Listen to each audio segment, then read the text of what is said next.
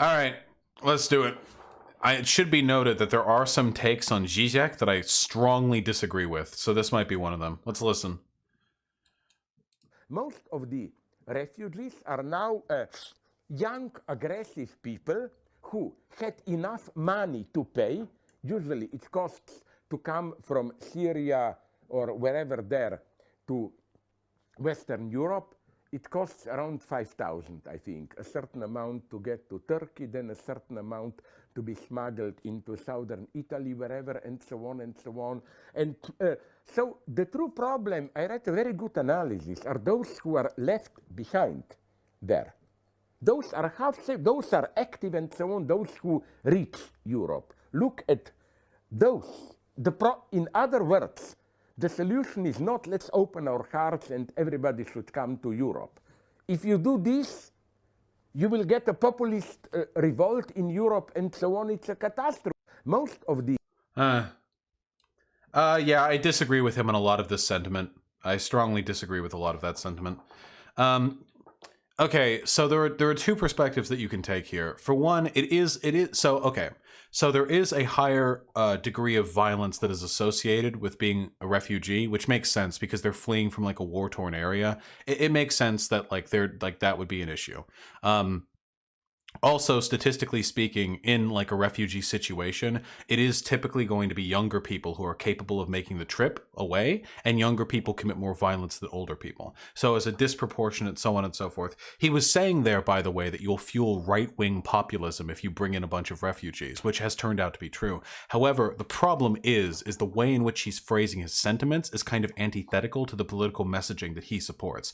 Žižek himself has said himself has said that while it may not be fun to do so, it is the ethical thing for, should it be necessary, for mainland Europeans to open up their doors personally to allow themselves to live with refugees. He has said that is the moral thing to do. So I think he's arguing about the blowback that takes place from refugees coming in. But the way he phrased that really made it sound like violence. Don't refugees commit less violence? They commit a lot less than is often claimed, but no, it's legal immigrants who commit less violence. And with illegal immigrants, it depends on the area and how much of a wash it is. And with refugees, I do think they're associated with slightly higher crime rates.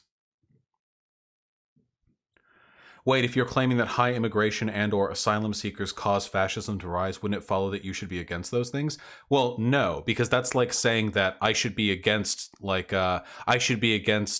mom speaking up in favor, like, about her day because that'll cause daddy to smack her. Like, I don't blame. The moral thing is to do the right thing and to deal with the consequences of that thing.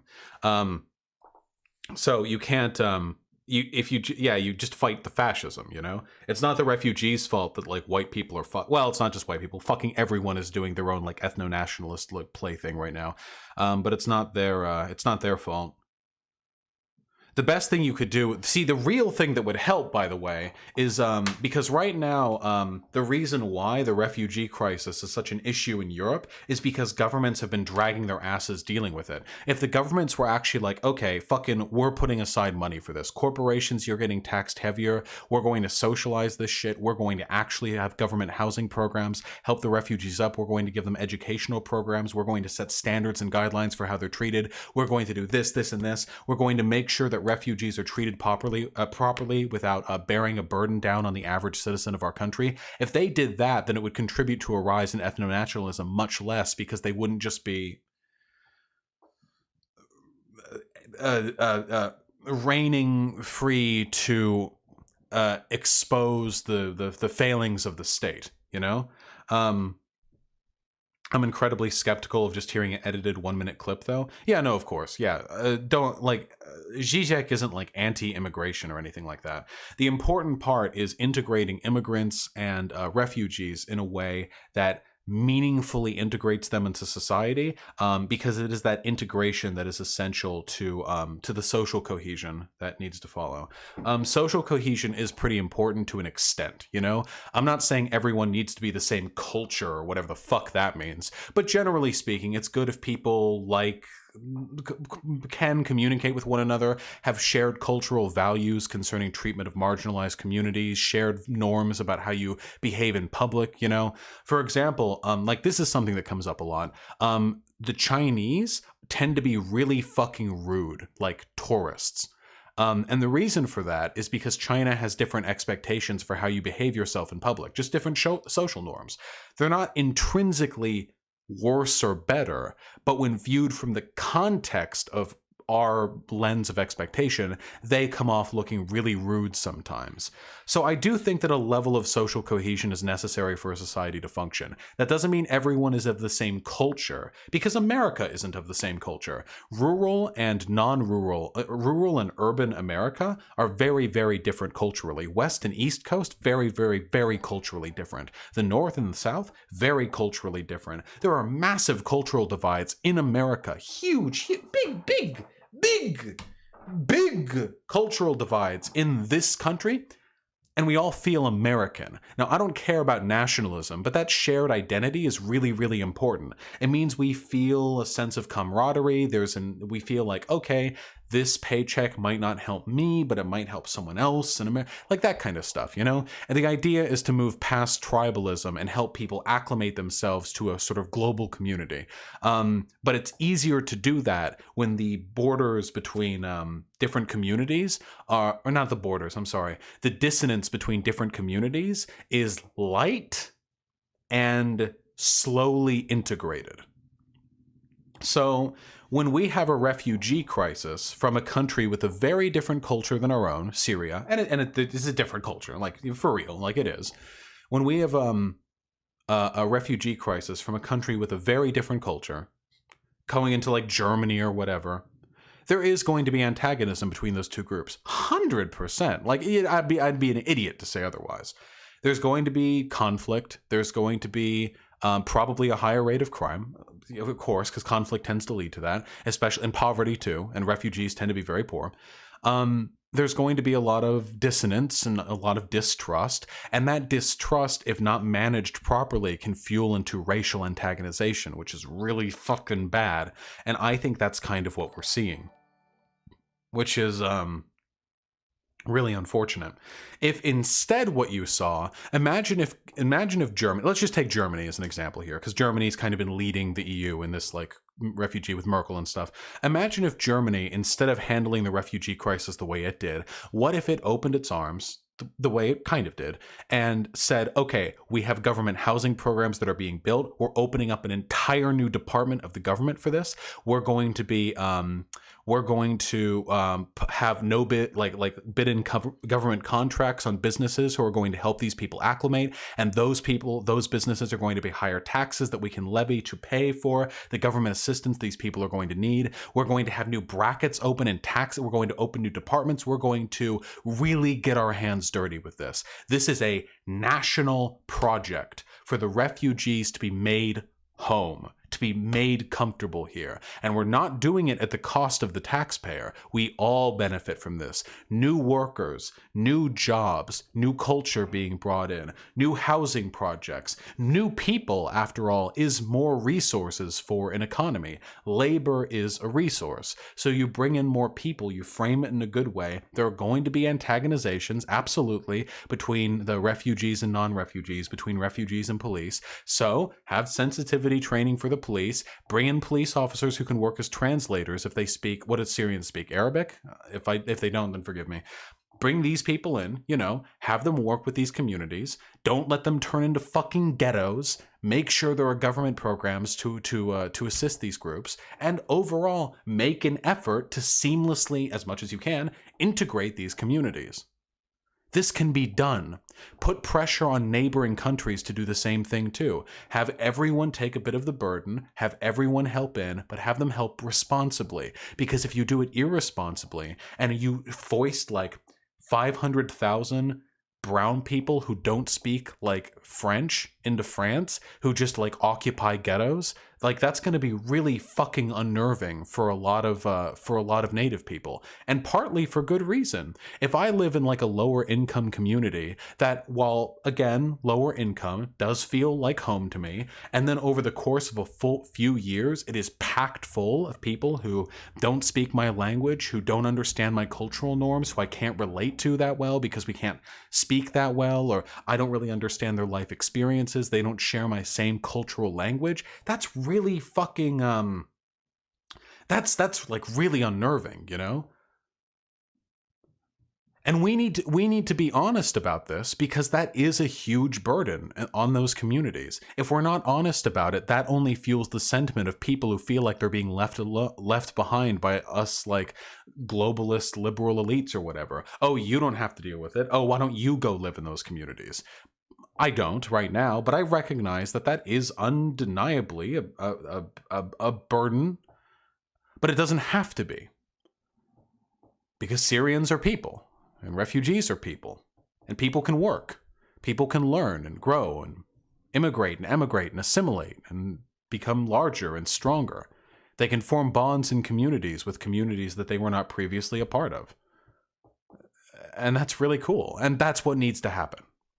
That, a good collective policy of integration and assimilation. Now, by assimilation, I don't mean like stop speaking your original language, bleach your skin white, and like stop with all of your cultural practices. I mean assimilation in the sense that make them workable within the state they're in, while putting pressure on other countries to do the same and foisting an international effort to provide aid to the Syrian crisis.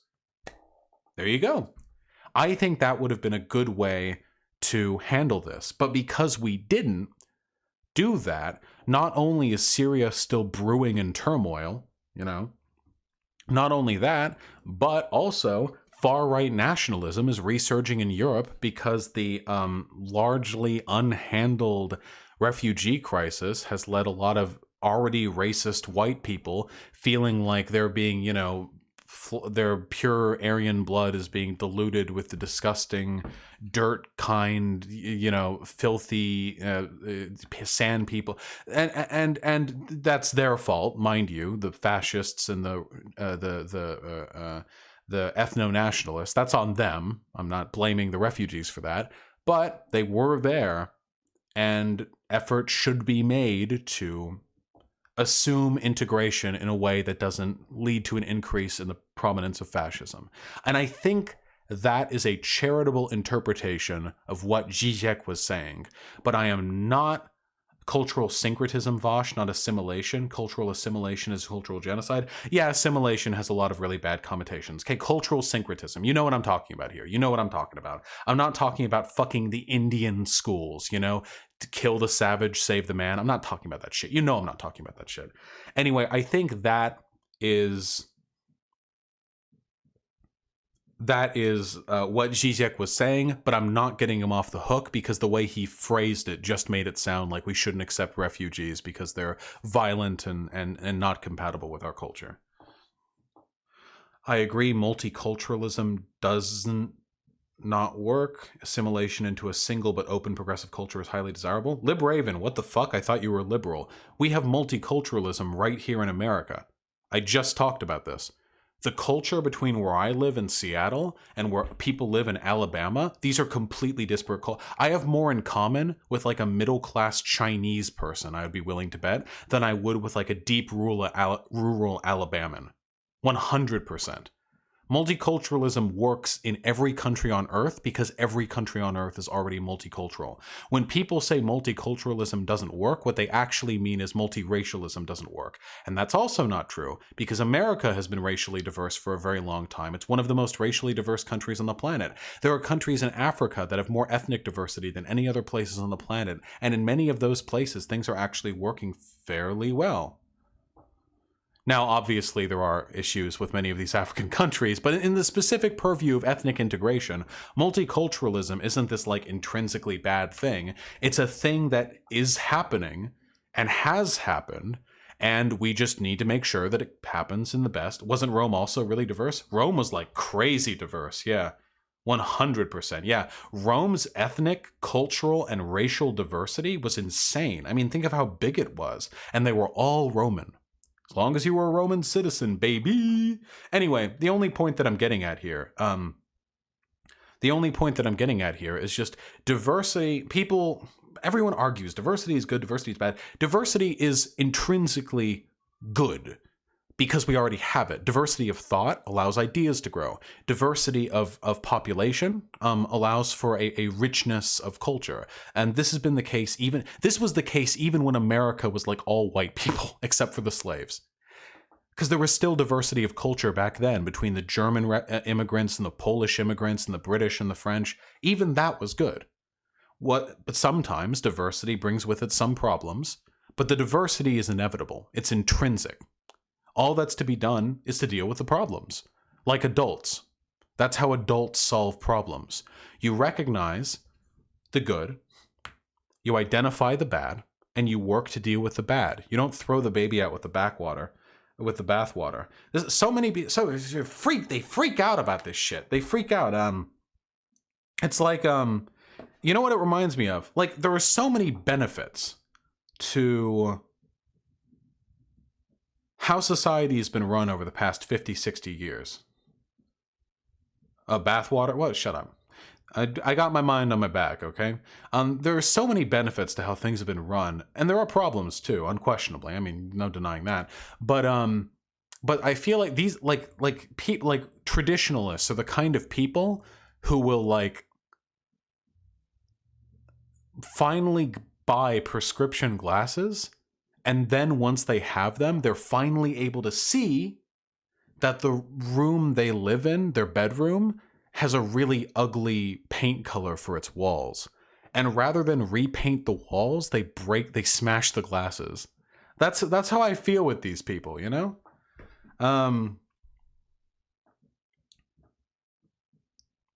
Of course, the majority of them don't really care about like making the world a better place or making America strong or making anything better for anyone or making people happy.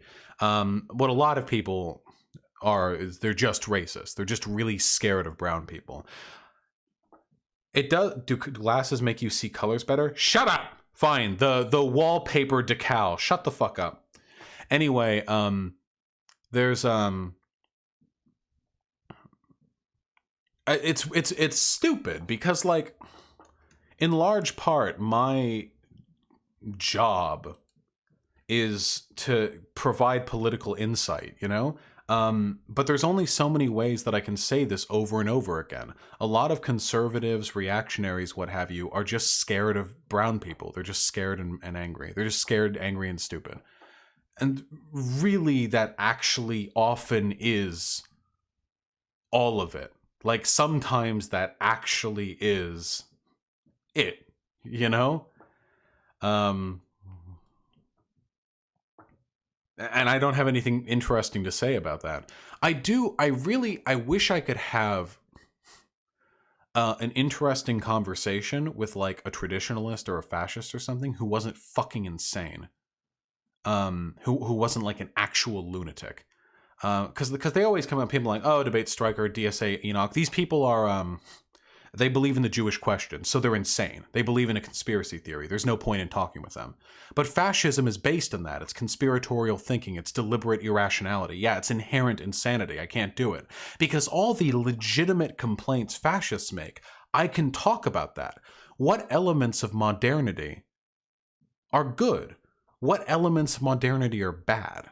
Right? Like, what can we fix? What's worth fixing? What does the data show? What do we value as a society? What's worth this? What's worth that? What do we want to achieve? And so on, you know? But I can't have those conversations. It's not possible because they're lunatics.